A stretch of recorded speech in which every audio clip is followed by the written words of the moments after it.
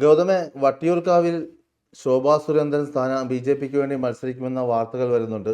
സ്ഥിരീകരിക്കാത്ത റിപ്പോർട്ടാണ്. നമുക്കറിയാവുന്ന പോലെ ഇക്കഴിഞ്ഞ തദ്ദേശ സ്വയംഭരണ സ്ഥാപനങ്ങളിലേക്കുള്ള തെരഞ്ഞെടുപ്പുമായി ബന്ധപ്പെട്ട് തൃശ്ശൂർ മുന്നിൽ മുഖാമുഖം പരിപാടിക്ക് പങ്കെടുത്ത രാജീവ് ചന്ദ്രശേഖരൻ പറഞ്ഞത് നിയമത്തിനാണ് മത്സരിക്കും, നേമത്ത് താനാണ് ബി ജെ പി സ്ഥാനാർത്ഥിയെന്ന് അദ്ദേഹം സ്വയം പ്രഖ്യാപിക്കുന്ന ഒരു അവസ്ഥയല്ലേ.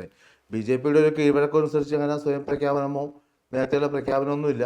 അത് ഇനി ഘടകവിരുദ്ധമായിട്ടാണ് അദ്ദേഹം പ്രഖ്യാപിച്ചത്.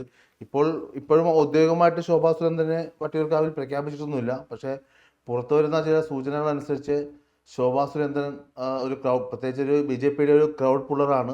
നമുക്കറിയാം, കഴിഞ്ഞ പാർലമെന്റ് ഇലക്ഷനിൽ ആലപ്പുഴ ജില്ലയിൽ ആലപ്പുഴ പാർലമെന്റ് മണ്ഡലത്തിൽ നല്ല 3 ലക്ഷത്തിനടുത്ത് വോട്ട് അവർക്ക് നേടാൻ കഴിഞ്ഞു. പ്രത്യേകിച്ച് കായംകുളത്തും ഹരിപ്പാടും അവർ 2ാം സ്ഥാനത്തെത്തി. നിസ്സാരക്കാരിയല്ല, നല്ലൊരു മികച്ച കാൻഡിഡേറ്റ് ആണ്, നല്ലൊരു ഫൈറ്ററാണ്. നമുക്കപ്പോൾ ശോഭാ സുരേന്ദ്രൻ വട്ടിയൂർക്കാവിൽ മത്സരിക്കുമെന്ന് ഉറപ്പിക്കാമോ? അത് വെറും ഒരു സൂചനയായിട്ട് കാണാൻ വേണ്ടി സാധിക്കില്ല. ഉറപ്പായിട്ടും ശോഭാ സുരേന്ദ്രൻ വട്ടിയൂർക്കാവിൽ മത്സരിക്കുമെന്നാണ് ഇപ്പം നമുക്ക് കിട്ടുന്നൊരു വിവരം എന്ന് പറയുന്നത്. ഈ വട്ടിയൂർക്കാവ് ബി ജെ പിയുടെ എ ക്ലാസ് മണ്ഡലങ്ങളിൽ പെടുന്ന ഒരു വട്ടിയൂർക്കാവ്, നേമം തുടങ്ങിയ സ്ഥലങ്ങളൊക്കെ അപ്പോൾ വലിയ നേട്ടമാണ് കഴിഞ്ഞ കാലങ്ങളിലൊക്കെ വട്ടിയൂർക്കാവിൽ ബി ജെ പി നേടിയിട്ടുള്ളത്. നമുക്കറിയാലോ, ശോഭാ സുരേന്ദ്രൻ എന്ന് പറയുന്നത് ബി ജെ പിക്ക് കേരളത്തിലുള്ള ഏറ്റവും വലിയ ക്രൗഡ് പുള്ളറായിട്ടുള്ള ഒരു വനിതാ നേതാവ് തന്നെയാണ്. കെ സുരേന്ദ്രനൊക്കെ ശോഭാ സുരേന്ദ്രൻ്റെ പുറകിൽ മാത്രമേ നിൽക്കുള്ളൂ. MT രമേശ് ആയിക്കോട്ടെ, മറ്റു പല നേതാക്കളും ശോഭയുടെ പുറകിൽ മാത്രമേ നിൽക്കുള്ളൂ എന്നുള്ളതാണ് യഥാർത്ഥത്തിലുള്ള വാസ്തവം. അവരെവിടെ പോയാലും അവരെ പൊതിയാനായിട്ട് ജനമുണ്ട്. സോഷ്യൽ മീഡിയയിൽ ബി ജെ പിക്കാർക്കിടയിൽ വലിയ സ്വാധീനമാണ് ശോഭാ സുരേന്ദ്രനുള്ളത്. അപ്പോൾ അത്തരത്തിലുള്ളൊരു നേതാവ് കേരള നിയമസഭയിൽ ഒരു ശബ്ദമായിട്ട് വരണം, ഒരു MLA ആയിട്ട് ഉയരണമെന്ന് ഒരുപാട് ബി ജെ പിക്കാർ, സംഘപരിവാർ പ്രവർത്തകരൊക്കെ ആഗ്രഹിക്കുന്നുണ്ട്. അതിൻ്റെ ഭാഗമായിട്ട് ഏറ്റവും മികച്ച ഒരു സ്ഥലം തന്നെ മത്സരിക്കാനായിട്ട് ശോഭാ സുരേന്ദ്രന് നൽകുമെന്നാണ് നമുക്ക് ലഭിക്കുന്നൊരു വിവരം എന്ന് പറയുന്നത്. കഴിഞ്ഞ മത്സരങ്ങൾക്ക്, എത്രയോ മത്സരങ്ങളിൽ ശോഭാ സുരേന്ദ്രൻ നിന്നിട്ടുണ്ട്.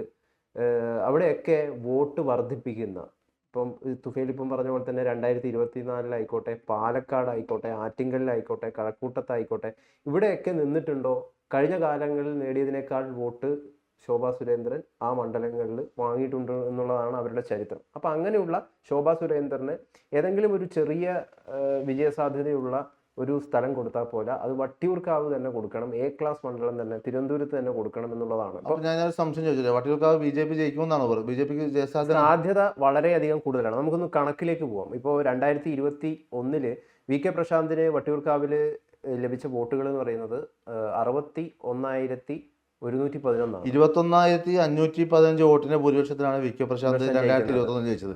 2019 ബൈ ഇലക്ഷൻ, അതായത് മുരളീധരൻ വടകര പാർലമെന്റിലേക്ക് മത്സരിക്കാൻ പോയ സമയത്ത് വടകരയിൽ മുരളീധരൻ ജയിച്ചു.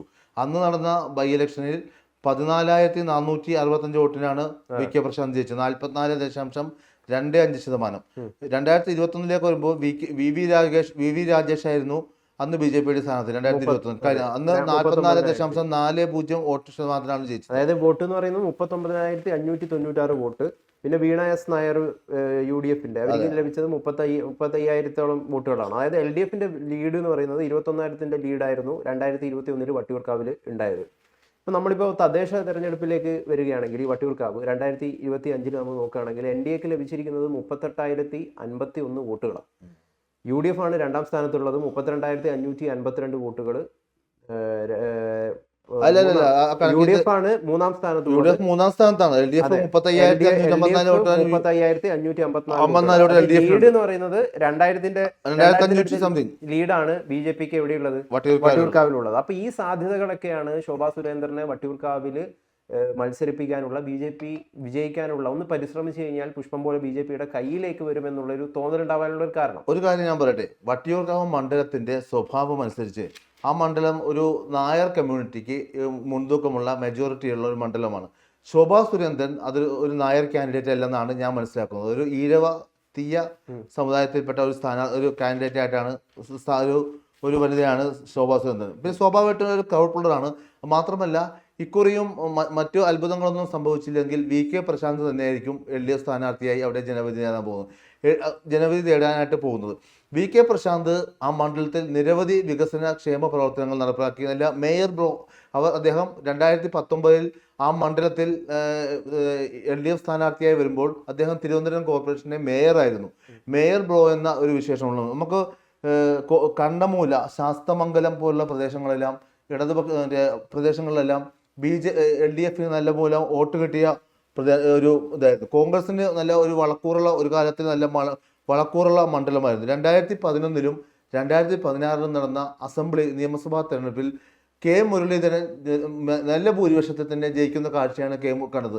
കാരണം കെ മുരളീധരൻ ഒരു നായർ കാൻഡിഡേറ്റ് ആയതുകൊണ്ട് മികച്ച നായർ വോട്ടുകളുടെ ഒരു കൺസോളിഡേഷൻ, ഒരു ഏകീകരണം കെ മുരളീധരന് അനുകൂലമായി വന്നു. അന്ന് അദ്ദേഹം VV രാജേഷിന്റെ 2011 കുമ്മനം രാജശേഖരനെ തോപ്പിച്ചു. പിന്നീട് VV രാജേഷിനെ തോപ്പിക്കുന്ന ഒരു കാഴ്ചയാണ് കണ്ടത്. അതുപോലെ ഈ നമ്മുടെ വി കെ പ്രശാന്ത് ഉണ്ടല്ലോ, പ്രശാന്ത് ഒരു കഴക്കൂട്ടം സ്വദേശിയാണ്. നേരത്തെ തിരുവനന്തപുരത്ത് മേയറായിരുന്നു. നേരത്തെ പറഞ്ഞ പോലെ വീണായസ് നായരായിരുന്ന ഒരു ദുർബലമായ സ്ഥാനാർത്ഥിയായിരുന്നു കഴിഞ്ഞ തവണ കോൺഗ്രസ് ഇറക്കിയത്. പ്രശാന്തിനെ മാറ്റിയാൽ CPM-നെ ആ മണ്ഡലം കൈവിടുമെന്ന കാര്യത്തിൽ സംശയമില്ല. കാരണം പ്രശാന്തിനെ കഴക്കൂട്ടത്ത് മത്സരിപ്പിക്കാനും ആലോചനയുണ്ട്. കാരണം കഴക്കൂട്ടത്ത് നിലവിൽ കടകംപള്ളി സുരേന്ദ്രനാണ് നിലവിൽ കഴക്കൂട്ടത്തെ MLA.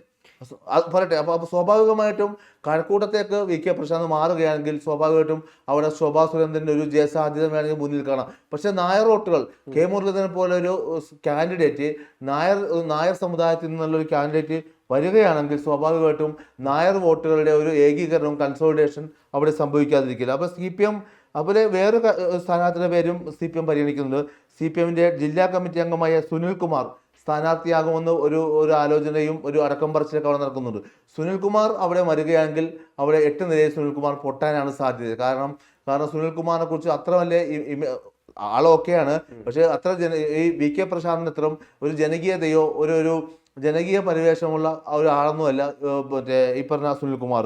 അതുപോലെ തന്നെ മറ്റൊരു കാര്യം പറയുകയാണെങ്കിൽ തിരുവനന്തപുരം ജില്ല മൊത്തം എടുത്ത് നോക്കുകയാണെങ്കിൽ ആ ഭൂരിഭാഗം മണ്ഡലങ്ങളും ഇപ്പോൾ കൈവശം വെച്ചിരിക്കുന്നത് LDF ആണ്. അതുകൊണ്ട് തന്നെ കടകംപള്ളി എക്സെപ്റ്റ് കടകംപള്ളി സുരേന്ദ്രൻ ഒഴിച്ചാൽ ബാക്കി കോവളത്ത് വിൻസെന്റ് മത്സരിക്കുന്നത്. ബാക്കിയുള്ള വിൻസെന്റ് ആണ് കോവളത്ത് MLA. ബാക്കിയുള്ള മണ്ഡലങ്ങൾ പരിശോധിക്കുകയാണെങ്കിൽ LDF-ന്റെ MLA-മാരുടെ പെർഫോമൻസ് മികച്ചതാണ്. അല്ല, ഇപ്പൊ നമ്മുടെ ഇപ്പോഴത്തെ ഈ തദ്ദേശ തെരഞ്ഞെടുപ്പ് ഇതിൽ BJP-ക്ക് ചരിത്ര വിധി നൽകിയ ഒരു സംസ്ഥാനമാണ് തിരുവനന്തപുരം എന്ന് പറയുന്നത്. അവിടെ VV രാജേഷ് മേയറായിട്ട് വരുന്നു. കഴിഞ്ഞപ്പം മോദി വന്നപ്പോൾ അദ്ദേഹത്തിലേക്ക് അഭിനന്ദിക്കുന്ന അപ്പോൾ ഇന്ത്യയിലെ തന്നെ ഏറ്റവും ശ്രദ്ധേയനായിട്ടുള്ള മേയറായിട്ട് VV രാജേഷ് മാറുന്നു. ഇപ്പം കഴിഞ്ഞ തവണ ഇപ്പം മോദിയൊക്കെ 2 ദിവസം മുമ്പ് വന്നപ്പോൾ അദ്ദേഹത്തെ അഭിനന്ദിക്കുന്ന കാര്യങ്ങളൊക്കെ നമ്മൾ കണ്ടു. അപ്പം ഇത്തരത്തിലുള്ള തിരുവനന്തപുരം കോർപ്പറേഷൻ പിടിച്ചു എന്ന് പറയുന്ന ഒരു ആത്മവിശ്വാസം അത് BJP-ക്ക് തീർച്ചയായിട്ടും ഉണ്ട്. അപ്പോൾ അത്തരത്തിലുള്ള കാര്യങ്ങളൊക്കെയാണ് ശോഭാ സുരേന്ദ്രനെ ഈ വട്ടിയൂർക്കാവിൽ നിർത്താനുള്ള സൂചനയ്ക്കും അവരവിടെ നിന്ന് ജയിക്കുമെന്നുള്ള ചില അമിത ആത്മവിശ്വാസമൊക്കെ ചിലർ പ്രകടിപ്പിക്കുന്നുണ്ടെങ്കിൽ അതിനുള്ള ഒരു കാരണം എന്ന് പറയുന്നത്. പിന്നെ ഇപ്പോൾ തുഫൈൽ പറഞ്ഞ പോലെ തന്നെ ഈ സാമുദായിക ഐക്യം, പ്രത്യേകിച്ച് നായർ വിഭാഗങ്ങൾക്കിടയിൽ ശോഭാ സുരേന്ദ്രന് വലിയ സ്വാധീനമില്ല. അവരൊരു ഈഴവ കാൻഡിഡേറ്റ് ആണ്. അതുകൊണ്ട് ചില തിരിച്ചടികൾ ഉണ്ടാകുമെന്നൊക്കെയാണ് പറഞ്ഞത്. അത് എത്രമാത്രം അത് സംഭവിക്കുമെന്നുള്ള കാര്യത്തിലൊക്കെ കൃത്യമായിട്ടുള്ളൊരു വ്യക്തതയൊന്നുമില്ല. പക്ഷേ ഈ വട്ടിയൂർക്കാവ് എന്ന് പറയുന്നത് ഒരു A ക്ലാസ് മണ്ഡലമാണ്. വട്ടിയൂർക്കാവ്, നേമം, കൊന്നി പോലുള്ള മണ്ഡലങ്ങളൊക്കെ.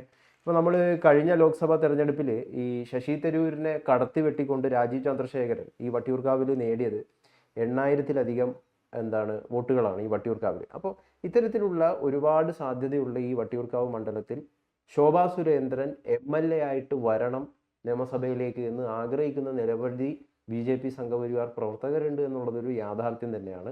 അപ്പോൾ അത് തീർച്ചയായിട്ടും അവരവിടെ ആ ഒരു പ്രഖ്യാപനം ഉണ്ടാകുമെന്നുള്ളത് നമുക്ക് കാത്തിരുന്ന് കാണാം.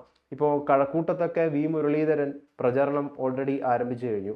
അതോടൊപ്പം തന്നെ മഞ്ചേശ്വരത്ത് K സുരേന്ദ്രനാണെന്ന് നമുക്ക് അറിയാൻ കഴിയുന്നു.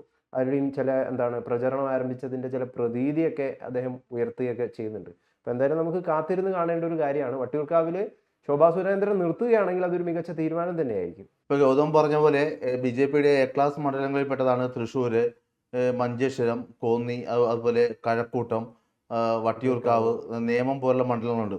സ്വാഭാവികമായിട്ടും BJP ഈ വരുന്ന നിയമസഭാ ഇലക്ഷനിൽ അക്കൗണ്ട് തുറക്കാനുള്ള സാധ്യത വളരെ കൂടുതലാണ്. പക്ഷേ വട്ടിയൂർക്കാവിൽ ശോഭാ സുരേന്ദ്രൻ ജയിക്കുകയാണെങ്കിൽ ഒരു ജയപ്രതീക്ഷ വ്യക്തിപരമായിട്ട് ഞാൻ കാണുന്നില്ല. കാരണം അതിൻ്റെ കാരണം ഞാൻ ഓൾറെഡി പറഞ്ഞു കഴിഞ്ഞു.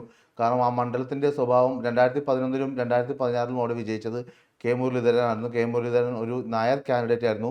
നായർ സമുദായത്തിന് ഒരു മെജോറിറ്റിയുള്ള ഒരു മണ്ഡലമാണ്. എന്നാൽ 2019 ബൈ ഇലക്ഷൻ, അതായത് ഞാൻ നേരത്തെ സൂചിപ്പിച്ചതുപോലെ മുരളീധരൻ വടകരയിലേക്ക് പോയതോടെ വന്ന ബൈ ഇലക്ഷനിൽ വി കെ പ്രശാന്ത് എന്ന് പറയുന്ന ഒരു ജനകീയനായ അദ്ദേഹം ഒരു മേയർ എന്ന രീതിയിൽ മികച്ച പ്രകടനമാണ് തിരുവനന്തപുരം കോർപ്പറേഷൻ നടത്തിയത്. അതിൻ്റെ ഒരു പ്രതിഫലനം എന്നോളം വോട്ടിംഗ് പാറ്റേൺ, അദ്ദേഹം നായർ കാൻഡിഡേറ്റ് അല്ല എങ്കിൽ കൂടിയും അദ്ദേഹം ജനകീയനായതുകൊണ്ട് നായർ വോട്ടുകൾ പോലും സ്വന്തമാക്കാൻ വി കെ പ്രശാന്തിന് കഴിഞ്ഞു. അപ്പോൾ വി കെ പ്രശാന്തിനെ തന്നെ ഇക്കുറിയും സ്ഥാനാർത്ഥിയാക്കാനാണ് ഇടതുപക്ഷം പ്രത്യേകിച്ച് CPM ആലോചിക്കുന്നത്.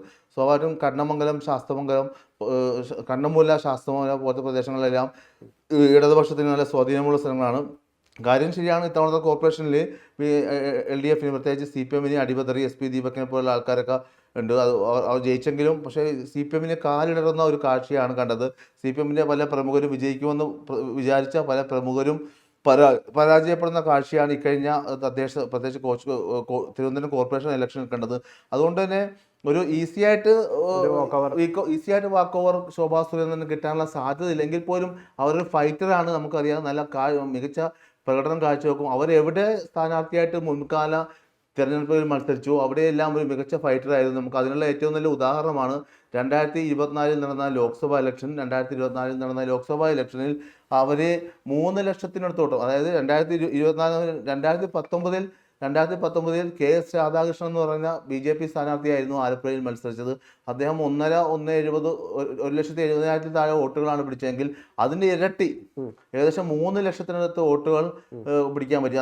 അതായത് ഈഴവ വോട്ടുകളുടെ ഒരു കൺസോളിഡേഷൻ ശോഭാ സുരേന്ദ്രന് അനുകൂലമായി ആലപ്പുഴയിലുണ്ടായിരുന്നു. അതേ അവസ്ഥ തന്നെയാണ് നമുക്ക് ആറ്റിങ്ങലിൽ വി ജോയി എന്ന് പറയുന്ന CPM സ്ഥാനാർത്ഥി പാർലമെന്റ് ഇലക്ഷനിൽ തോക്കാനുണ്ടായ കാരണം വി മുരളീധരൻ പിടിച്ചത് ഈഴവ വോട്ടുകളുടെ കൺസോൾട്ടേഷൻ BJPക്ക് അനുകൂലമായി പോൾ ചെയ്യപ്പെട്ടതിൻ്റെ അടിസ്ഥാനത്തിലാണ് വി ജോയി അവിടെ പരാജയപ്പെട്ടത്. അവിടെ അടൂർ പ്രകാശ് ജയിച്ചത് കേവലം 700,000 വോട്ട് താഴെ വോട്ടിനാണ് അടൂർ പ്രകാശ് കഴിഞ്ഞ പാർലമെന്റ് ഇലക്ഷനിൽ ആറ്റിങ്ങലിൽ നിന്നും പാർലമെന്റിലേക്ക് വണ്ടി കയറിയത്. അതുകൊണ്ട് സ്വാഭാവികമായിട്ടും ഒരു ഈഴവ വോട്ടുകൾ കൺസോൾട്ടേഷൻ ഈ പറഞ്ഞ പോലെ ആറ്റിങ്ങലും ആലപ്പുഴയിലും നടന്ന പോലെ വട്ടിയൂർക്കാവിൽ നടക്കാൻ സാധ്യതയില്ല. കാരണം വട്ടിയൂർക്കാവിലെ മണ്ഡലത്തിന്റെ ഒരു സ്വഭാവം 2011 മണ്ഡലം പുനർനിർണയിച്ചതിന് ശേഷമാണ് ഈ മണ്ഡലത്തിൽ വട്ടിയൂർക്കാവ് എന്ന് പറയുന്ന മണ്ഡലം ഉണ്ടായത്. മുമ്പ് ആ മണ്ഡലത്തിന്റെ പേര് തിരുവനന്തപുരം നോർത്ത് എന്നായിരുന്നു. തിരുവനന്തപുരം നോർത്ത് മണ്ഡലമാണ് പിന്നീടത്തെ കാലക്രമേണ വട്ടിയൂർക്കാവ് എന്ന് പറയുന്ന മണ്ഡലമായി മാറിയത്. എന്തായാലും ഒരു ഫൈറ്ററാണ്, അല്ല ഒരു നെക്ക് പോരാട്ടം, ഇഞ്ചോടിഞ്ച് പോരാട്ടം നമുക്ക് ആ മണ്ഡലത്തിൽ നിന്നും പ്രതീക്ഷിക്കാം. നമ്മൾ ജനറൽ ഇലക്ഷൻ, നമ്മുടെ ലോക്സഭാ ഇലക്ഷൻ നോക്കുകയാണെങ്കിൽ ഇപ്പോൾ 2009 പാലക്കാട് ലഭിച്ച വോട്ട് BJPക്ക് 68,804 വോട്ടാണ്. 2014 ശോഭാ സുരേന്ദ്രൻ അവിടെ മത്സരിക്കുമ്പോൾ അത് 1,36,587 ആക്കി. അതായത് 6.3% വർധനവുണ്ടായി. അതേപോലെ തന്നെയാണ് ആറ്റിങ്കലിൽ 2014 ആറ്റിങ്കലിൽ 92,000 വരുന്ന വോട്ടുകളായിരുന്നു BJPക്ക്. അത് 2019 വരുമ്പോൾ ശോഭാ സുരേന്ദ്രൻ മത്സരിച്ചപ്പോൾ 2,40,40,000. അവർ മത്സരിക്കുന്ന സ്ഥലങ്ങളിലെല്ലാം അവര് വോട്ട് പെർസെന്റേജ് കൂട്ടുന്ന ഒരു. പക്ഷേ ഇവിടെ ഈ വട്ടിയൂർക്കാവിലെ ഏറ്റവും പ്രധാനപ്പെട്ടിട്ടുള്ള ഒരു സംഗതി ഇപ്പോൾ തുഫേൽ പറഞ്ഞ പോലെ തന്നെ ഈഴവ കൺസോളിഡേഷൻ എന്ന് പറയുന്ന ഒരു സംഭവമില്ല. അവിടെ കൂടുതലും നായർ പ്രാധാന്യമുള്ളൊരു മണ്ഡലമാണ്. അപ്പോൾ നായന്മാര് ശോഭാ സുരേന്ദ്രനെ തോൽപ്പിക്കുമോ അതോ കൂടെ നിൽക്കുമോ എന്നുള്ളതാണ് കാത്തിരുന്ന് കാണേണ്ടത്. ശരി.